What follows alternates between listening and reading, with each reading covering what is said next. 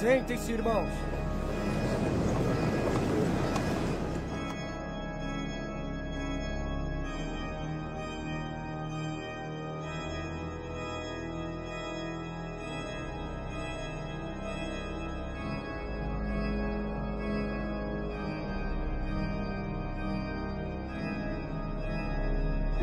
Venha até o altar.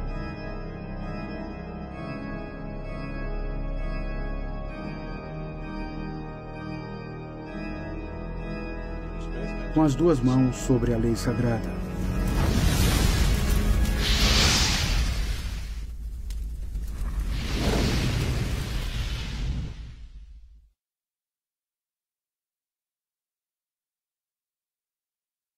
Prezados amigos, o casamento da maçonaria com as grandes denominações evangélicas brasileiras é um assunto que voltou com muita força quando um site evangélico publicou que a Convenção Batista Brasileira foi fundada pela maçonaria e que a Igreja Presbiteriana do Brasil também teve e tem até hoje forte ligação com a Irmandade Maçônica.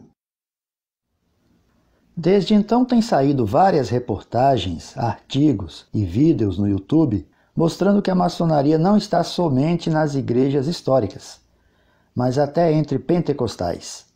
E hoje em dia, até a Assembleia de Deus, que eu disse que há 40 anos atrás, 50 anos atrás, lutava contra isso, está cheia de maçons.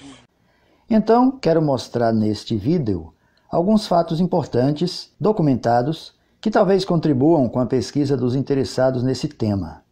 Até porque muita gente acredita até hoje que a igreja institucional está totalmente livre da maçonaria.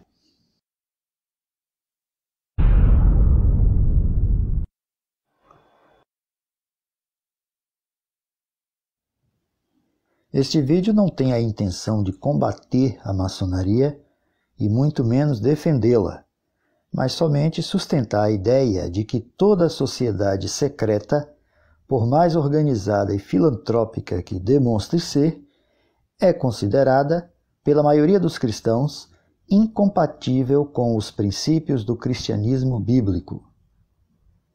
Para o Instituto Cristão de Pesquisas, o ICP, a maçonaria é definitivamente uma religião, embora isso seja negado por grande parte dos maçons.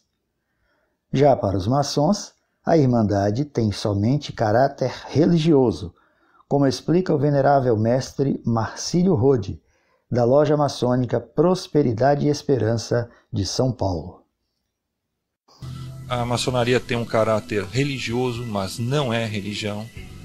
Enfim, é uma ordem, não diria secreta, eu diria mais uma ordem discreta, que busca aprimorar o ser humano em todos os seus aspectos.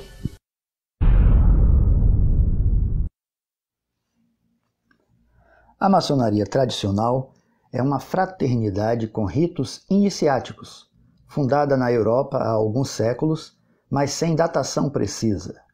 Maçons ingleses defendem que os seus primeiros registros documentais são datados de 1717 em Londres, onde existe, até hoje, a Grande Loja Unida da Inglaterra, uma espécie de quartel-general de um dos ramos da Irmandade, e tem vários rituais, segredos e princípios, além de uma vasta simbologia.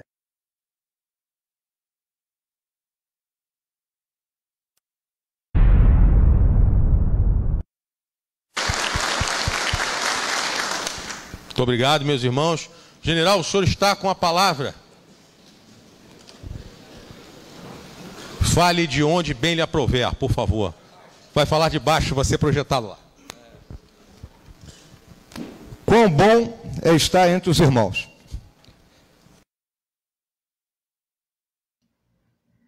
E onde a maçonaria está? Meu amigo, não se engane. A maçonaria está em todo lugar. Nos esportes, na política, nos tribunais, nas artes e, claro, nas religiões. Se você é membro de uma igreja evangélica ligada a um sistema de sínodos e concílios superiores, saiba que todos os indícios apontam para, se não um controle, pelo menos um monitoramento ostensivo da fraternidade maçônica. Talvez você até tenha ouvido um pastor ou líder de uma igreja afirmar, com muita convicção, que o seu grupo evangélico está livre de membros maçons ou mesmo de sua influência. E provavelmente esse pastor não está escondendo nada. A questão é que nem todos os pastores sabem como funciona a maçonaria. Os seminários teológicos por onde passam os principais candidatos ao pastorado não se aprofundam no estudo de sociedades secretas, nem sua história e nem suas formas de atuação. Às vezes, essas escolas até abordam esse tema na área de apologética, que é a defesa da fé. Mas não é comum que um seminário de teologia gaste tempo com isso. Além disso, nem todos os seminaristas se interessam por matérias assim.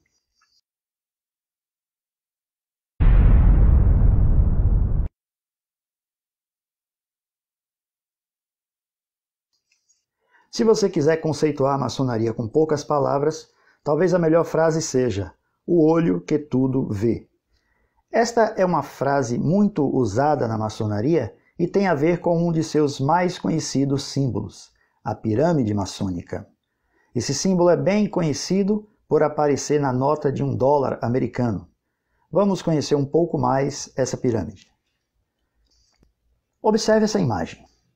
Abaixo você vê uma flâmula com uma inscrição em latim, que numa tradução livre para o português seria Nova Ordem Mundial.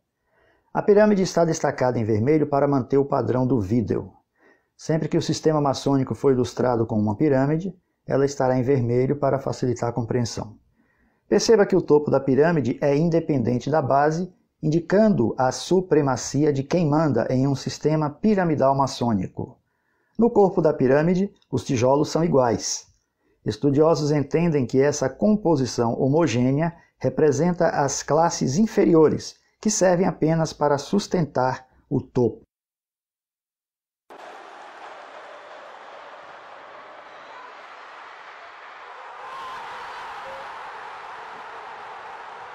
Apenas por uma questão didática, veja como funciona o sistema esportivo, mais especificamente no futebol.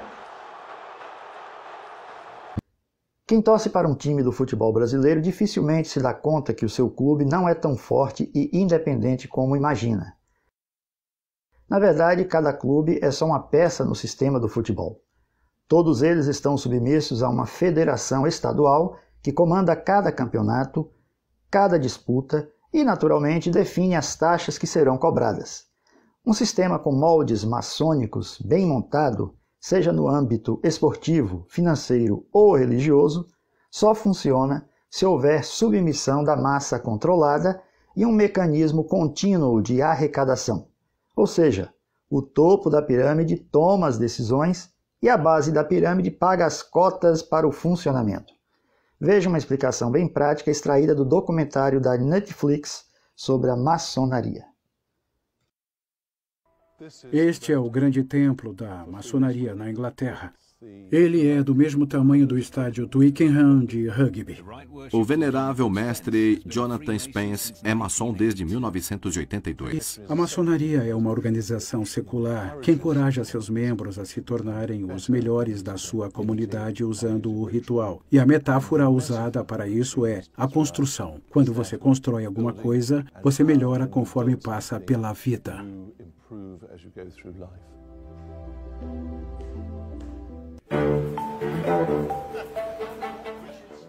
Hoje, Jonathan estará liderando um dos maiores eventos maçônicos do ano, a comunicação trimestral. Apesar de ser pouco mais que uma gloriosa reunião de negócios, a comunicação trimestral terá a participação de 1.400 maçons de todo o país e até do mundo. Como vai? Estou representando o grão-mestre da Croácia. É um prazer. O prazer é todo meu. Obrigado. Bem-vindo a Londres. A comunicação trimestral é uma reunião formal de negócios e as decisões podem variar desde a definição das cotas para o ano seguinte até se é apropriado reconhecer uma grande loja de outro país. Quem está no topo do comando do futebol é a FIFA. As imagens da abertura da Copa FIFA de 2018 na Rússia revelam formas que lembram símbolos maçônicos. Pode até ser coincidência, mas, no mínimo, é muito estranho.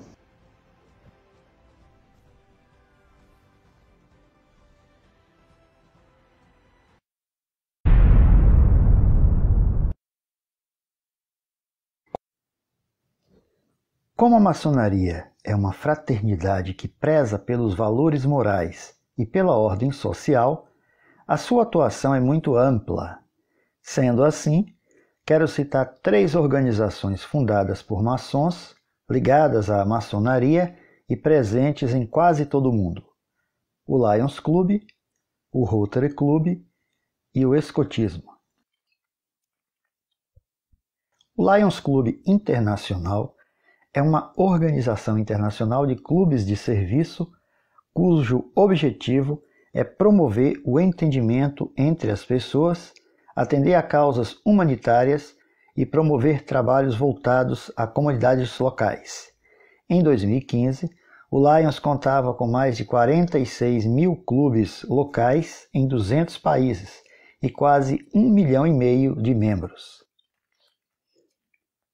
O Rotary Internacional é uma associação de clubes de serviço cujo objetivo é unir voluntários a fim de prestar serviços humanitários, promovendo a paz em nível internacional e exaltar valores éticos, que são expressos através da prova quádrupla, que é basicamente um questionário de 4 perguntas reflexivas. Existem mais de 34 mil clubes Rotary no mundo, com cerca de 1.200.000 membros, chamados rotarianos. O Rotary também tem um rigoroso sistema de rodízio em seus cargos, impedindo assim que alguém se perpetue no comando. O governador anterior passa o bastão para o governador seguinte. Por isso a palavra Rotary, rodar, os cargos todos no mesmo dia. É coisa de Rotary. Rotary é grandioso. O escotismo foi fundado em 1907 por Robert Baden-Powell.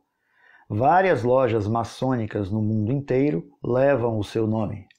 O escotismo é um movimento juvenil mundial, educacional, voluntariado, apartidário e sem fins lucrativos.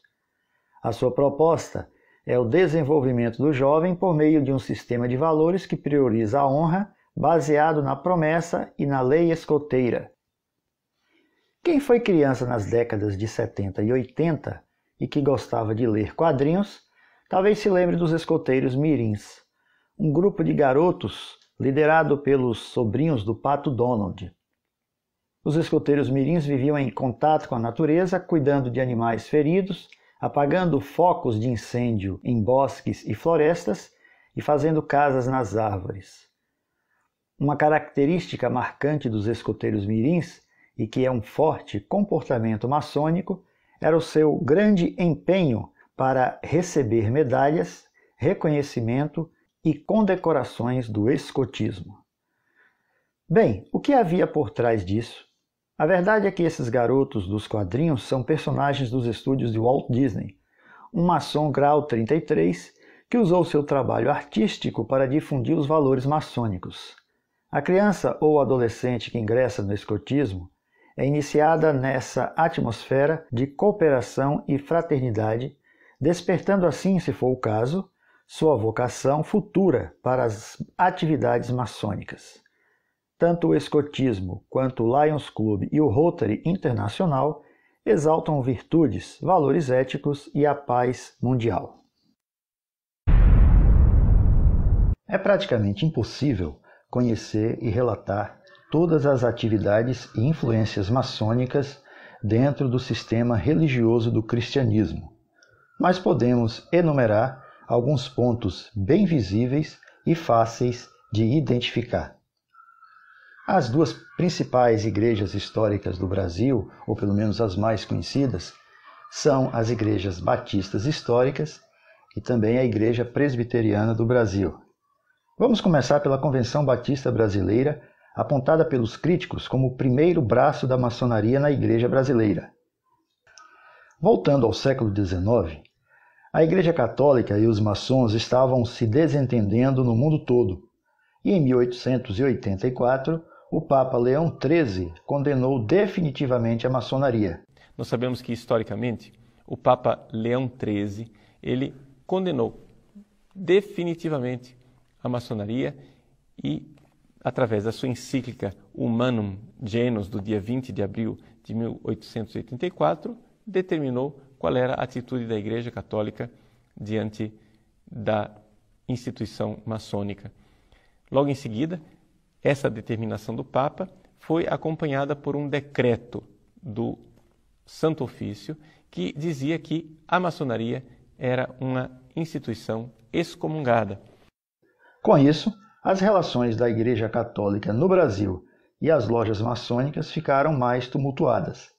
Nesse ínterim, a Missão Batista Norte-Americana estava em processo de implantação do seu trabalho missionário no Brasil.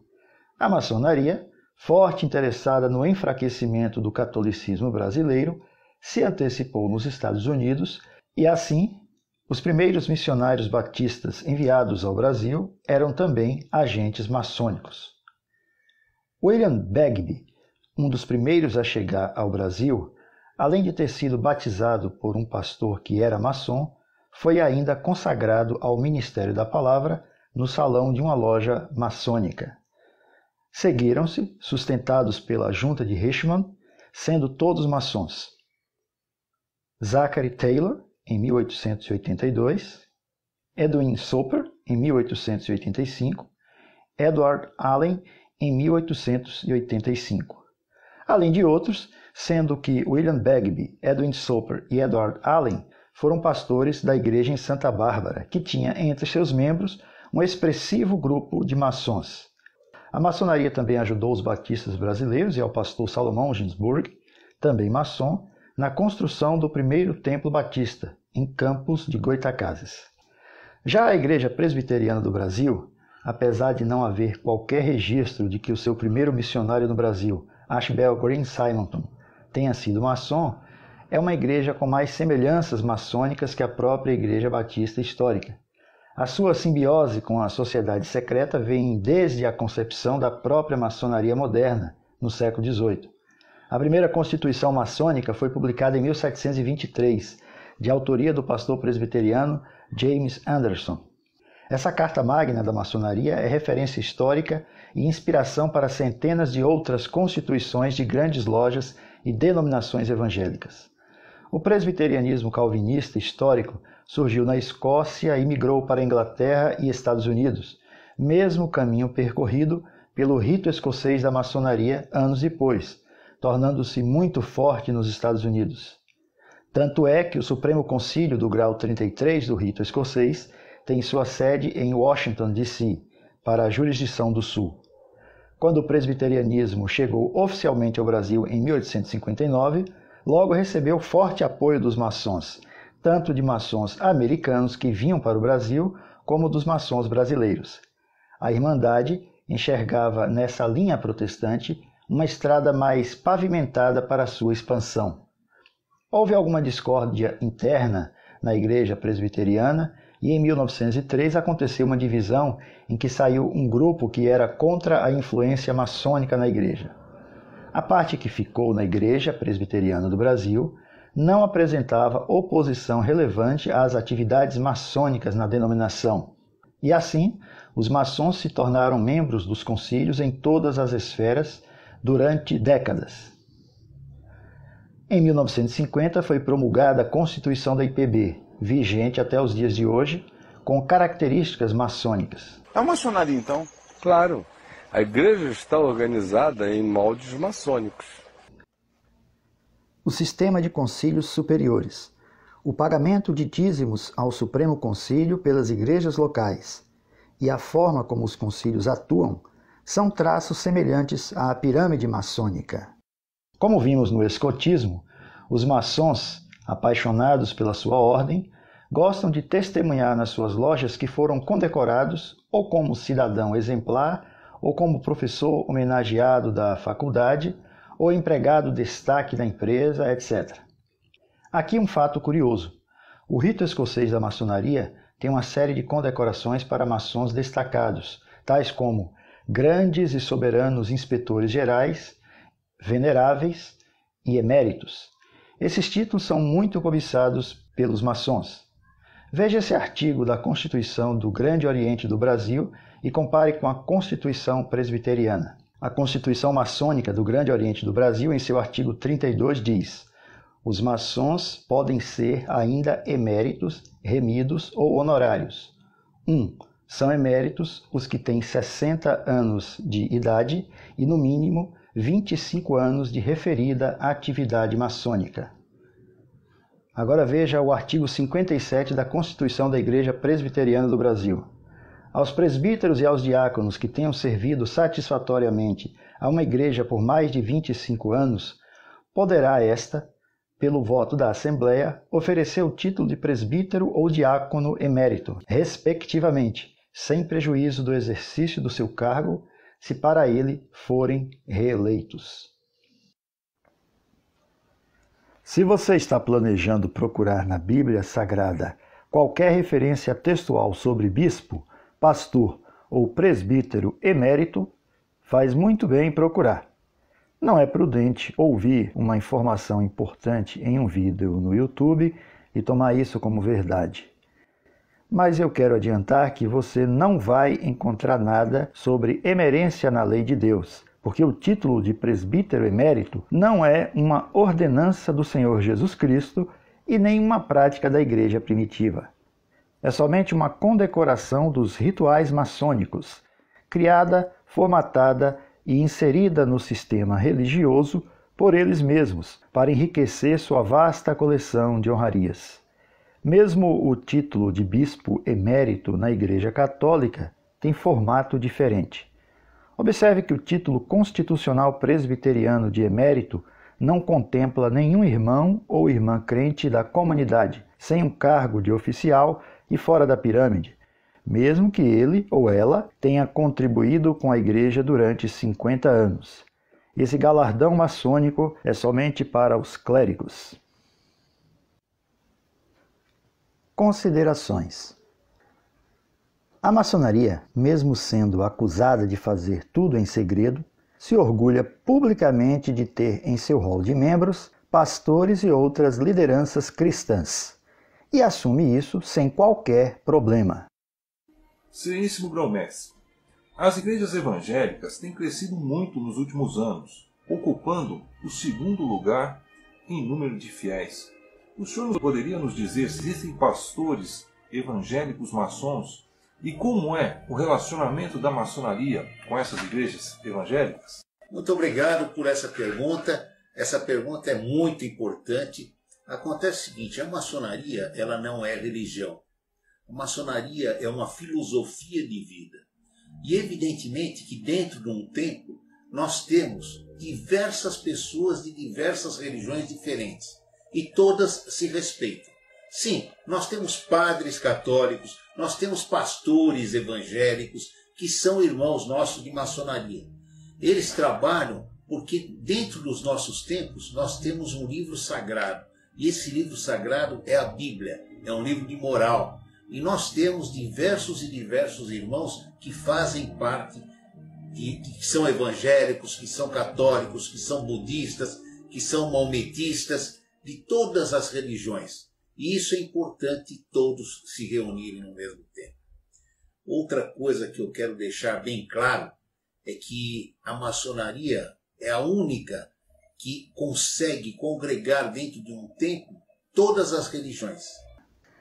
Mas, ao que parece, o sistema religioso, que sempre diz ser da luz, prefere não comentar nada sobre seu envolvimento com a maçonaria. É raro você ver uma igreja assumir essa relação. O Supremo Concílio da Igreja Presbiteriana do Brasil publicou em 2010 um documento dizendo: quanto à incompatibilidade com a maçonaria, o Supremo Concílio IPB 2010 resolve 1. Aprovar o documento. 2. Reafirmar a incompatibilidade das doutrinas maçônicas com a fé cristã. Desde essa publicação, está valendo uma recomendação às igrejas locais para não receberem em seu rol de membros nenhum associado de sociedades secretas, incluindo a maçonaria. No entanto, esse decreto levantou algumas perguntas, pois, por algum motivo não explicado, não houve recomendação a pastores ou presbíteros de deixarem também as entidades maçônicas, como Rotary Internacional e Lions Club. Ou seja, o maçom presbiteriano pode deixar a maçonaria e continuar como rotariano. Cuidado, meu irmão, cuidado, minha irmã. Enquanto o povo de Deus se dirige aos templos para adorá-lo e praticar a comunhão dos santos, muita coisa acontece nas sombras que os crentes não sabem. O Evangelho do Senhor Jesus Cristo é simples. Nós é que complicamos. Peça discernimento a Deus. Pastor Daniel, tem problema eu ser batista e presbiteriano? Você que tem que dizer agora, amigão. Porque se eu fosse da batista, da presbiteriana, da metodista, eu saia de lá agora. Da Igreja Assembleia de Deus Madureira, que está podre, cheia de evidências. Eu saia de lá agora. Para onde eu ia então, pastor? Para onde você quer que eu te mande? Para os braços de Cristo, meu amigo.